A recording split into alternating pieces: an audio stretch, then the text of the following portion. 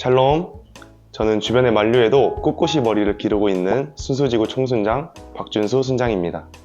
벌써 방학이 2주도 남지 않았네요. 여러분은 방학 기간에 기도 제목들이 응답되어졌나요? 저는 열심히 자격증 공부를 할 수 있는 지혜를 간구하였는데 지혜만으로는 부족했습니다. 우리 모두 남은 방학을 감사와 기도로 잘 보내시기를 기도합니다.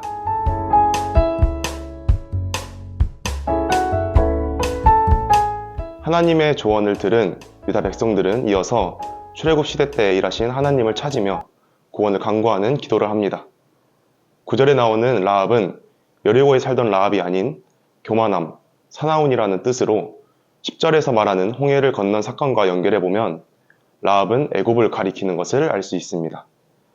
지금 유다는 이스라엘 백성들을 애굽으로부터 구원시키시고 심판하셨던 그 하나님을 간절히 구하고 있는 것입니다. 12절부터는 이 기도에 대한 하나님의 응답이 나옵니다.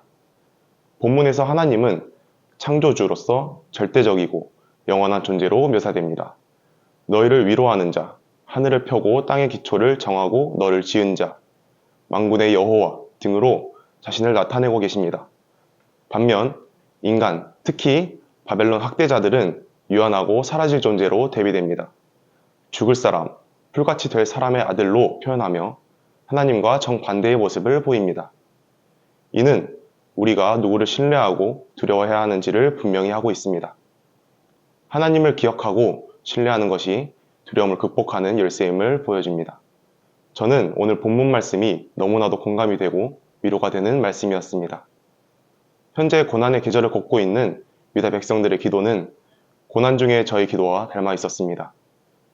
교회 담임 목사님이 설교 중에 세상의 일들을 크게 보면 하나님이 작아지고 하나님을 크게 보면 세상의 일들이 작아진다는 말씀을 해주신 적이 있습니다. 저는 이 말씀으로 큰 은혜를 받고 주님을 크게 봐야 함을 의식적으로 생각하며 살아가지만 항상 세상의 문제들은 하나님을 작아 보이게 만들고 기도하지 못하게 만들었습니다.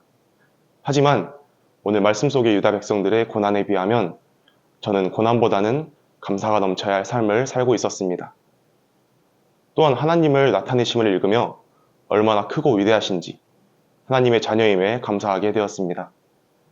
여러분들도 고난을 겪고 난 후엔 우리에게 감당할 고난만을 주신다는 것을 느껴본 적이 있을 것입니다. 결국에 주님은 우리를 선한 길로 인도하시며 주님의 일을 나타내는 것임을 알 수 있습니다. 어쩌면 우리는 간구하는 기도보다 주어진 삶에 감사의 기도가 더욱 필요하진 않을까요? 작년 초에 저는 잠을 자기도 어려울 만큼 어떠한 문제 때문에 힘든 시간을 보낸 적이 있었습니다. 그때 저는 그 문제를 해결하려 애쓰느라 다른 것들은 눈에 보이지도 않았고 내려놓고 싶은 마음밖에 없었습니다.